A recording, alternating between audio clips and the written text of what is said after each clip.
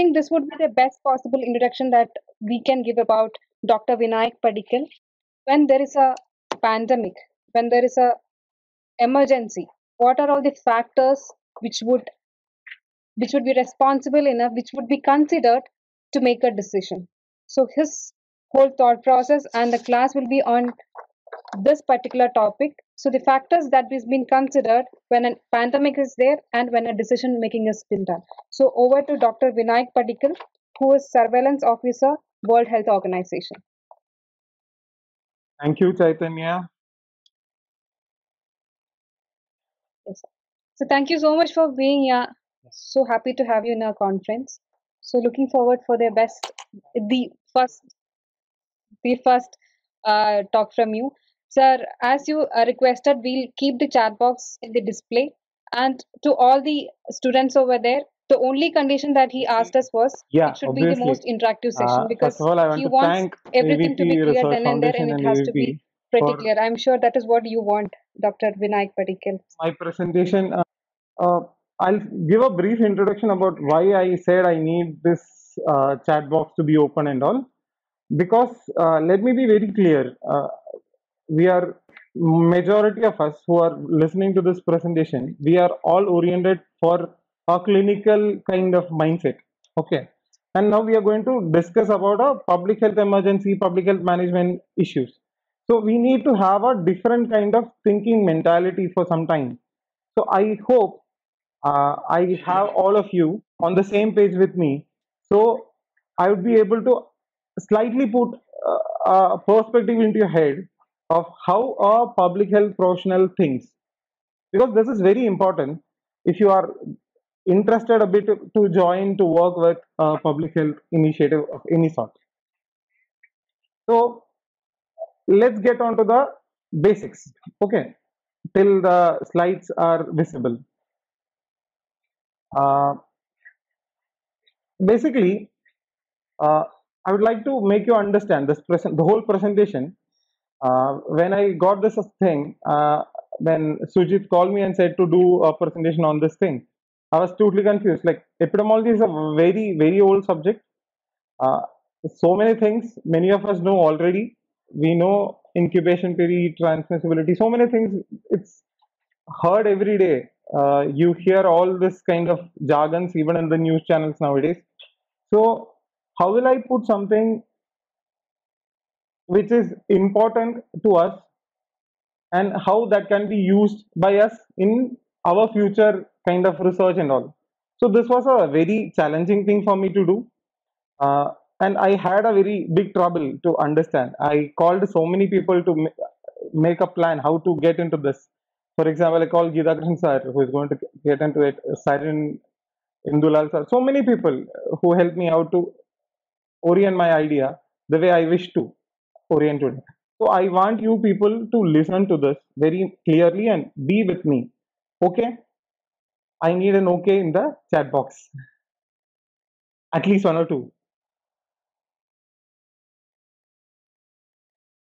Okay, cool. Thanks.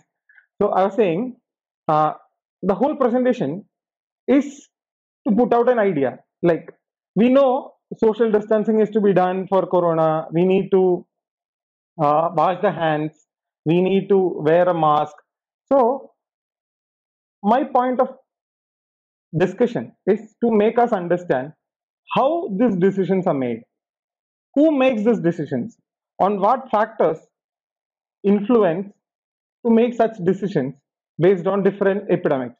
So the whole presentation is based upon uh, decision making process based on epidemiological approaches during a pandemic or an epidemic. Okay, did you get it? I'm saying it again. We are trying to make epidemiological approach in influencing decision making during a pandemic. When an epidemic breaks, when a pandemic happens, how will we decide what to do and what not to do? So this decision making includes a lot of things. So I'm trying to make us understand how we should think, or how the people who make the decision think. And this thinking process, this perspective is what I want to share with you all.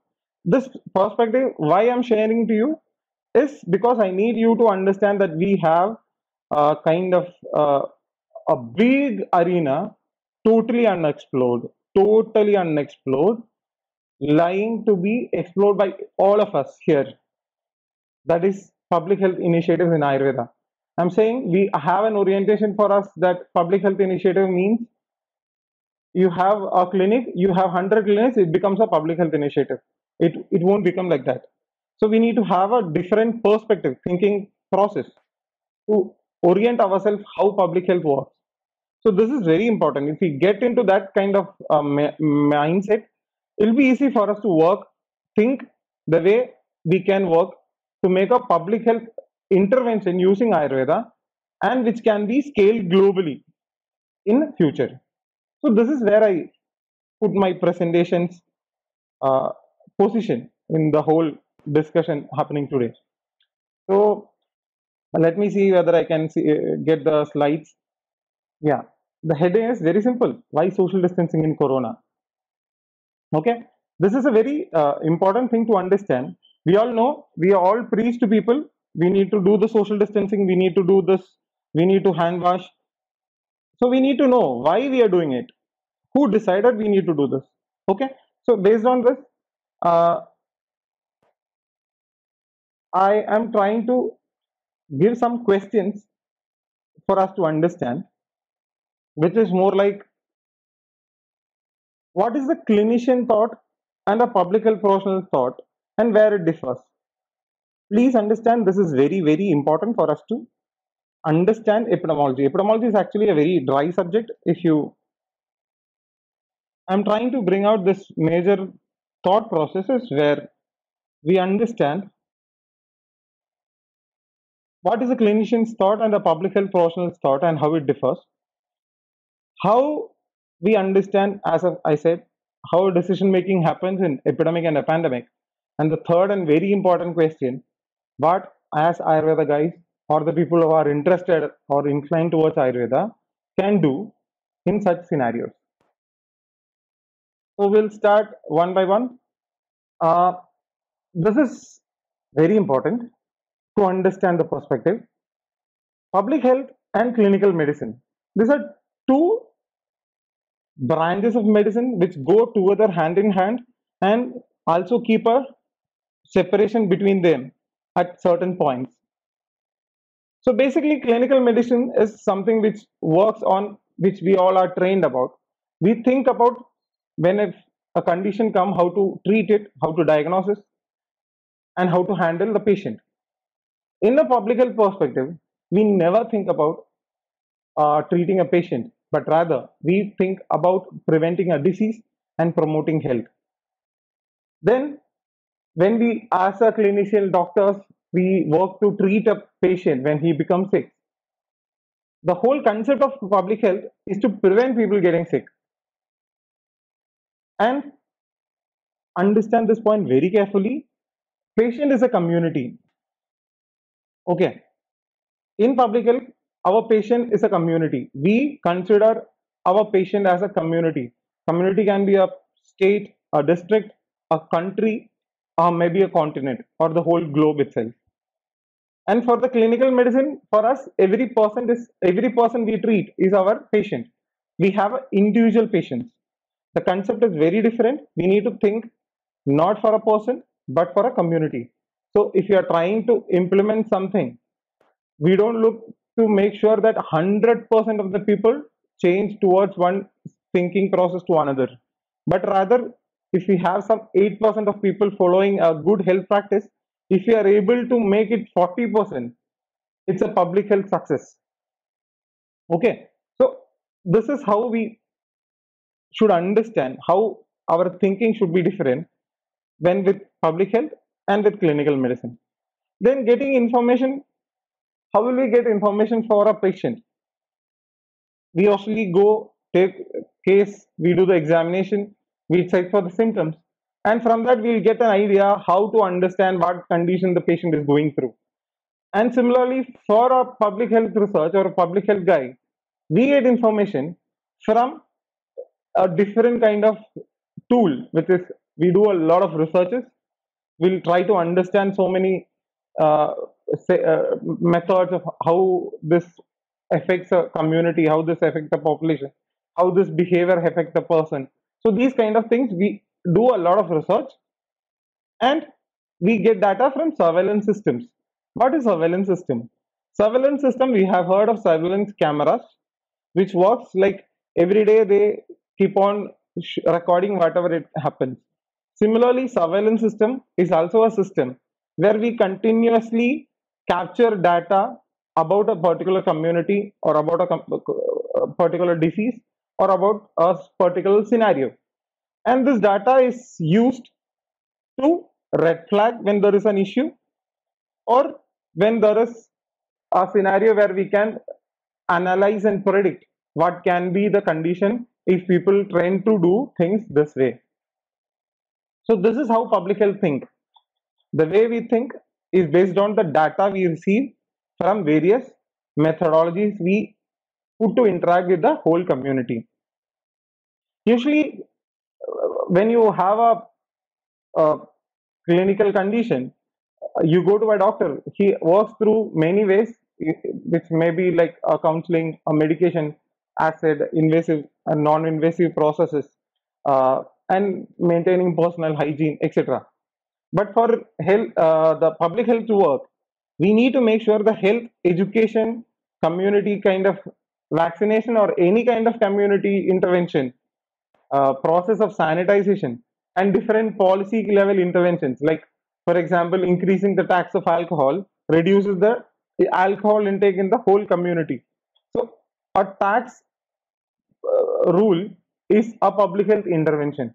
So the way how public health work is actually in different sectors, different uh, departments, and there need a lot of inter coordination. This is not how a clinical medicine practitioner usually thinks so. So does this make them separate? No. Both of them have so many things in common, so many places these two merge, and so many places they diverge. Okay. Next thing. Uh, this is also very important. This concept is what we call how we'll understand a person's health is in a better condition or a bad condition. This is called health determinants. Health determinants include personal, social, economic, environmental, political scenarios, which will decide how a disease is going to affect a human. To understand it, I can put it in many different ways. Basically, for a clinical medical guy, for us, a patient's health is based upon so many factors which are more biological and genetical in nature, which is like age of the patient, sex of the patient, family history of the patient, which will give us a very clear idea how things will go. Okay. The public health public health guy mostly go around much other way of thinking, whereas social support, social norms, and social economic conditions, what are these things? This is very important to understand how public health thinks. For example, if you are thinking uh, during a month of, this is the month of Ramzan, so among a Muslim dominated country, we cannot bring about a public health intervention where you are supposed to ask people to take food 3 times a day. That will not work for a community. For a patient who is severely ill, we can ask them to be an exception, do this. But in a bigger level, we might not be able to do it. So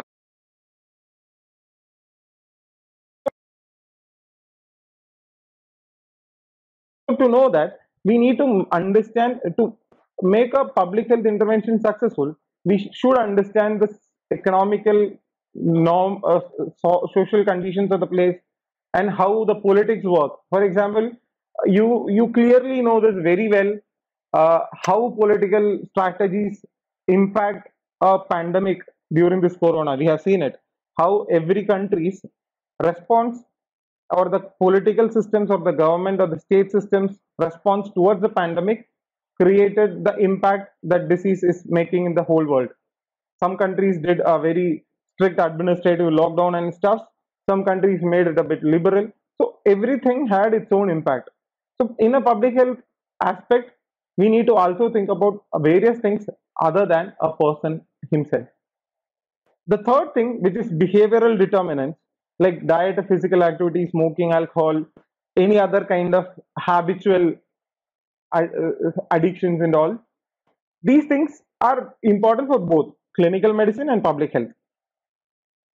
So, how this varies in different conditions of clinical medicine and public health.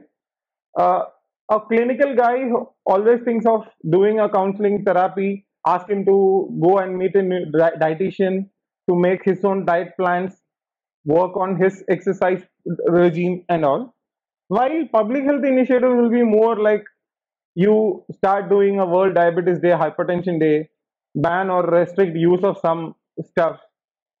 You try to implement uh, physical education as a tool in schools.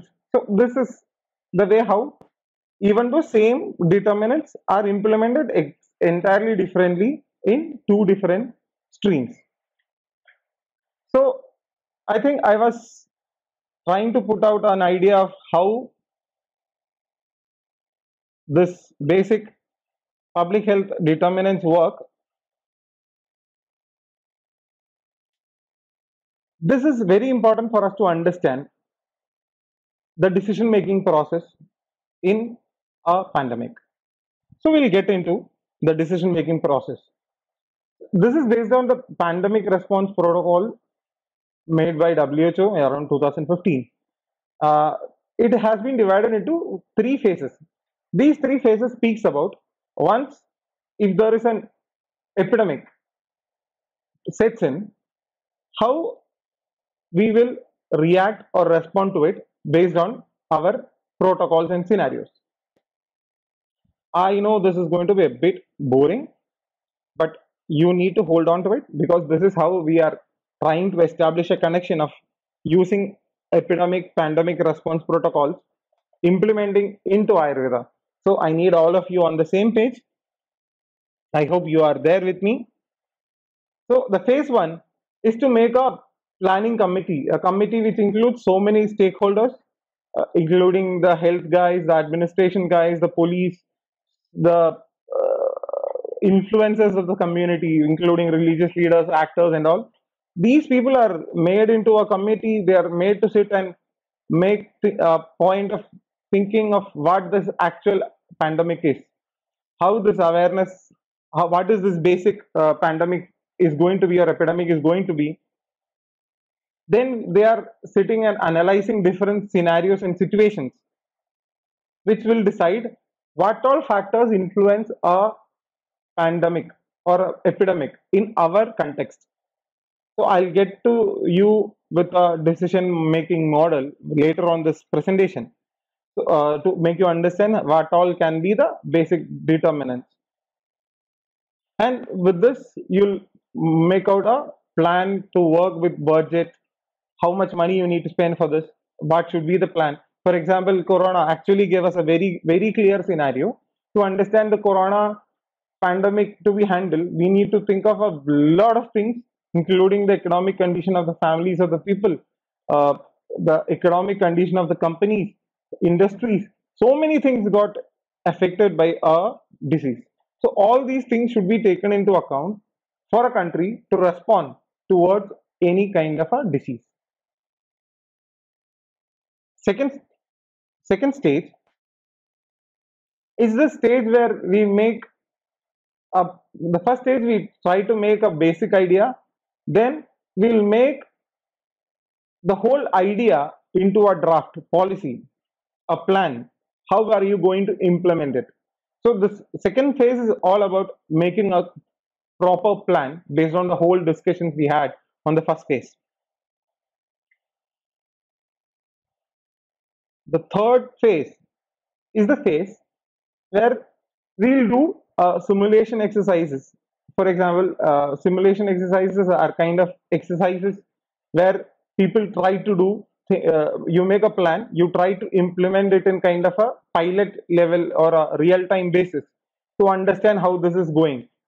Whether you have made a good plan itself, it might have a problem once it is being established in a a real-time basis. For example, in India, I'll take the example where we had issues.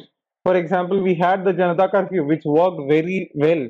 The government did a simulation exercise of trying of Janata curfew, and when we implemented it, we got to know that so many migrant laborers got stuck, which was not expected. So this happens with any kind of an epidemic response.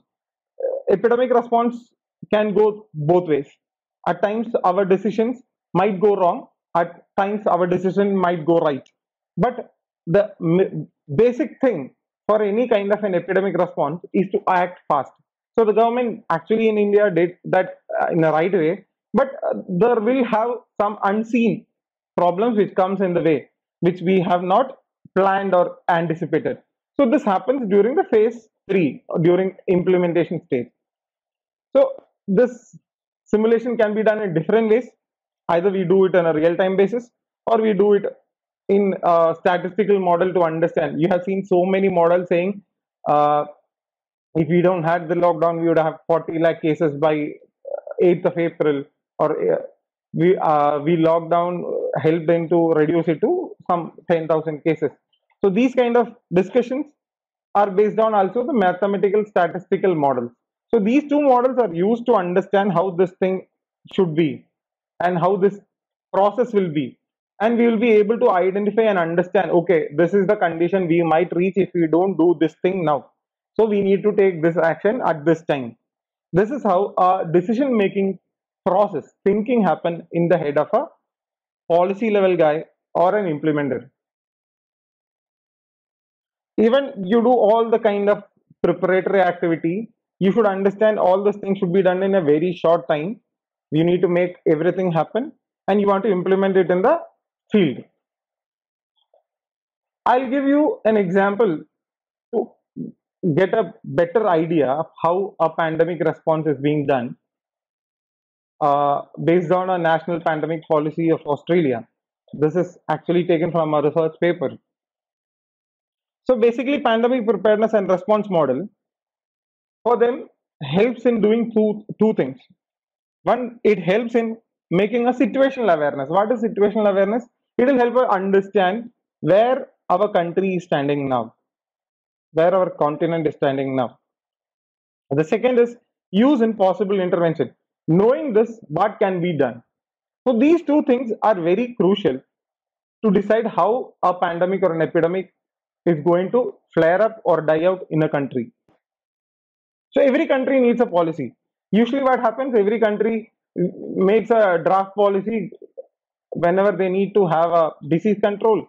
But at times this may go awry. This happened not now, very early times of 1950s and 70s.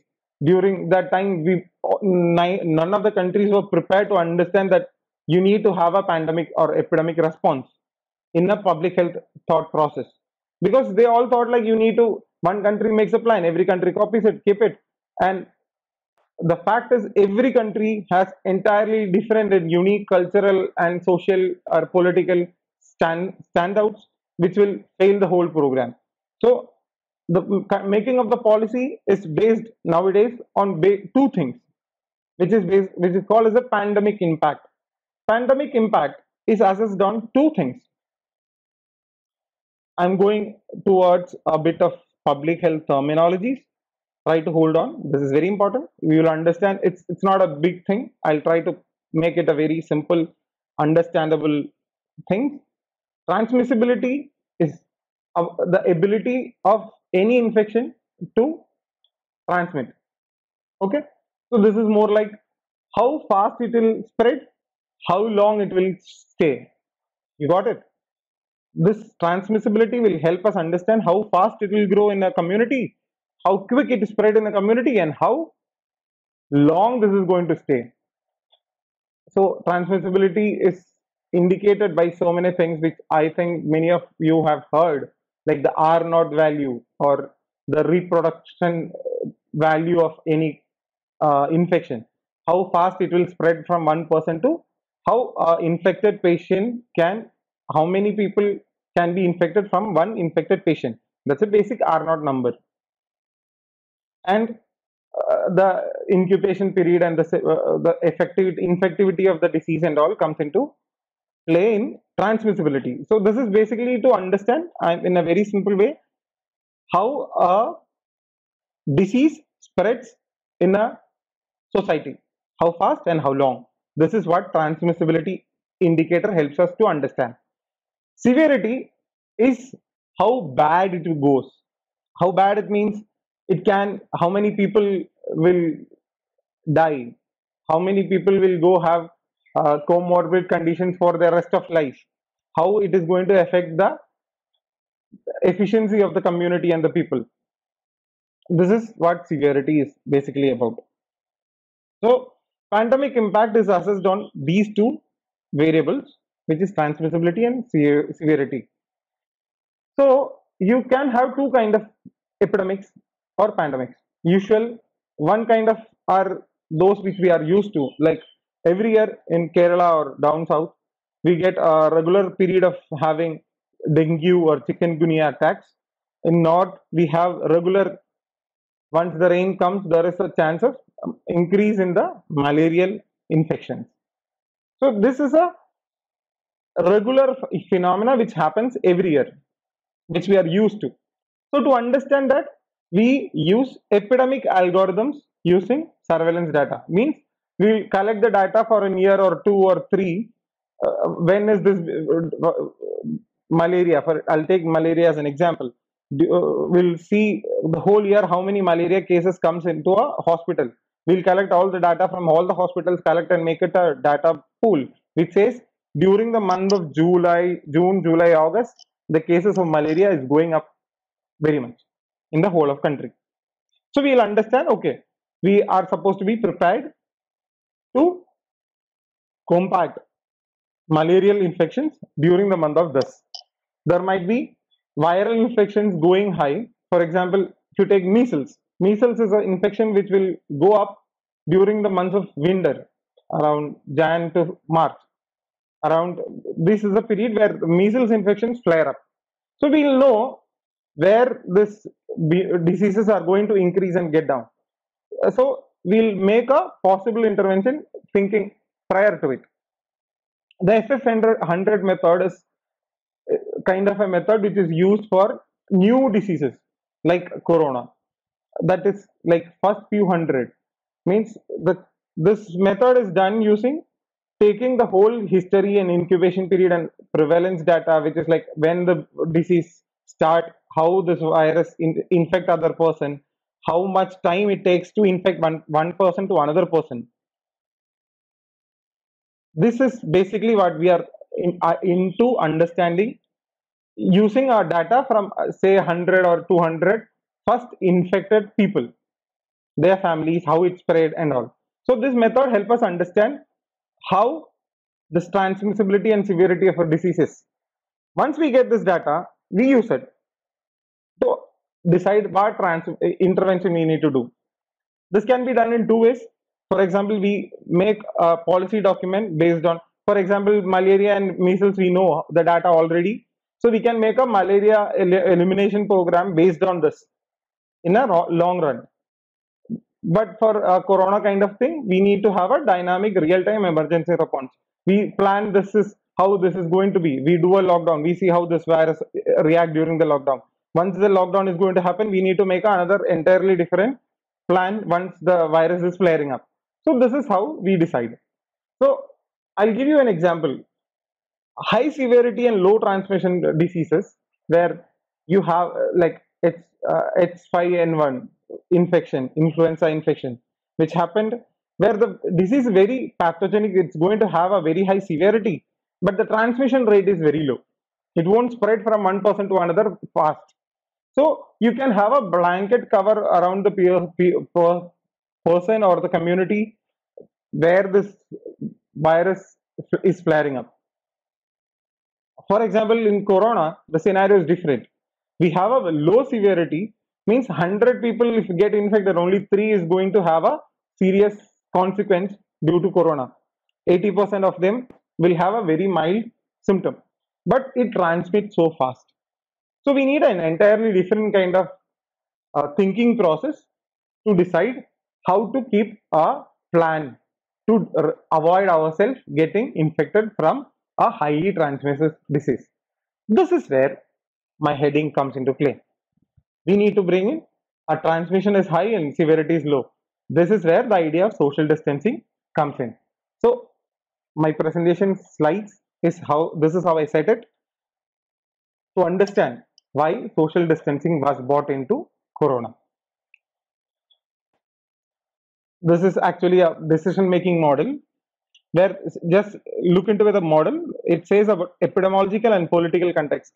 Epidemiological context is what I said about the regular surveillance data and some stimulated data like FF first few hundred data, and we will also consider so many other factors. This is where India and US differs.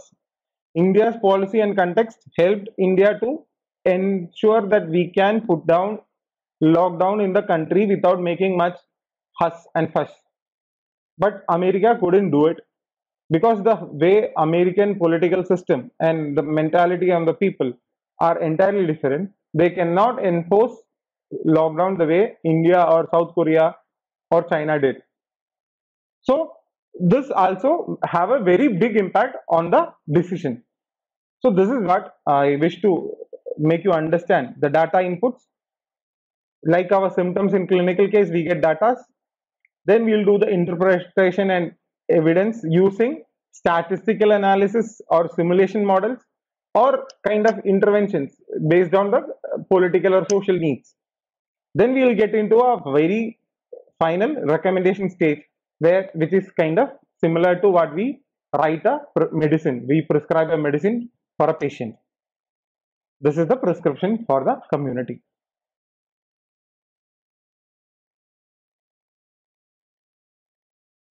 I'll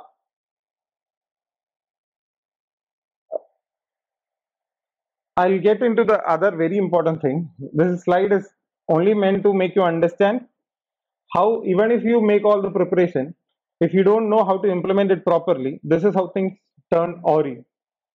And this is actually happening in many places. For example, you see, I don't need to explain. Whenever you make a good guideline, if you don't know how to transmit it properly to the field, it may go haywire. Coming up to the very important structural question, this is where I land my presentation, what Ayurveda can do. As of now, we have two stages. One stage, we don't have our own epidemiological indicators, we don't have our own systems to understand and work on. We don't have a public health thinking process for Ayurveda. So in this scenario, we will support the existing framework. We'll help in bringing public health intervention, which are very simple, effective, upscalable, and easily redoable in many places at same time. For example, using a Fabrajita Dubajurna or having Draksha Dikashaya kind of infection, we are trying to bring in some kind of intervention which we decided based on existing scenario. Assess the effectiveness. This is very important. As I said, surveillance is very important for any kind of a public health intervention. We need to assess how this is going to impact on a regular basis for a very long time. On this, we want to build upon the evidence how, what is working, what is not working for us in a long term. Then also along with this, corona should not be our last option. We need to have at least some more impactful research based on a public health perspective on malaria, dengue, chikungunya, kind of infectious disease which is already spreading, measles, kind of diseases which are a problem for the country and a need of the hour. Second stage, this is where I wish we all reach, that we start making our own epidemiological indicators. We'll start putting the whole idea of diseases. We don't need to assess the virulency, pathogenicity of a virus to decide whether the sadhya of a disease. In this scenario, we'll make our own scales. This takes a lot of research, a lot of work, which I wish will happen someday. We need to make our own scales which will decide whether we are good enough to handle such diseases or not. So this will make us understand, for example, if corona comes in, this is a very hypothetical scenario. I'm just putting out, this is not something real. For example, if a corona kind of a disease pandemic epidemic breaks out, there are two kind of streams which works on public health ideology in different ideologies, which is Ayurvedic and allopathic modern. The modern system will decide, okay, we are good in working on these things, and there will be some diseases where Ayurveda can bring much more onto the table, where we can take the lead, and there will be a support system. And there will be some scenarios where we will not be able to do much. We'll take the support role and let others lead. And this is where we need to think for the future of public health research and approach in the country. And we also need to work on understanding the global scenarios. We need to know how the conditions. We are working on Anuba, Bangladesh, and all those things based on the country India. We need to think beyond this. We need to think of the whole of the world. We need to understand how this can be implemented around the world, and we need to make a global scenario methodologies for the whole same. We need to, then only we can think of implementing a public health intervention around the world. And this is the only way, which takes a lot of time, but we, I think, need to start. And this is actually a very good eye opener. The corona is a very good eye opener for us to start working on step by step towards a much better Ayurvedic perspective view. And whatever happens, we need to make sure we need to expand our research, understand. We need to work on many. I saw the many questions which was coming up for Sumit sir, which is more like how clinically we want to think. We need to also think how clinically we can work, how public health intervention research can be brought in, how implementation research can be brought into Ayurveda. I'm saying there are a lot of immense opportunities and possibilities and potentials for the science, with so many more diseases and climate change issues are going to come up. I think we are at a high time to work out our own plans and platforms to showcase ourselves in the world. Let us hope this be our time to be ambitious and to think out of the box. Thank you.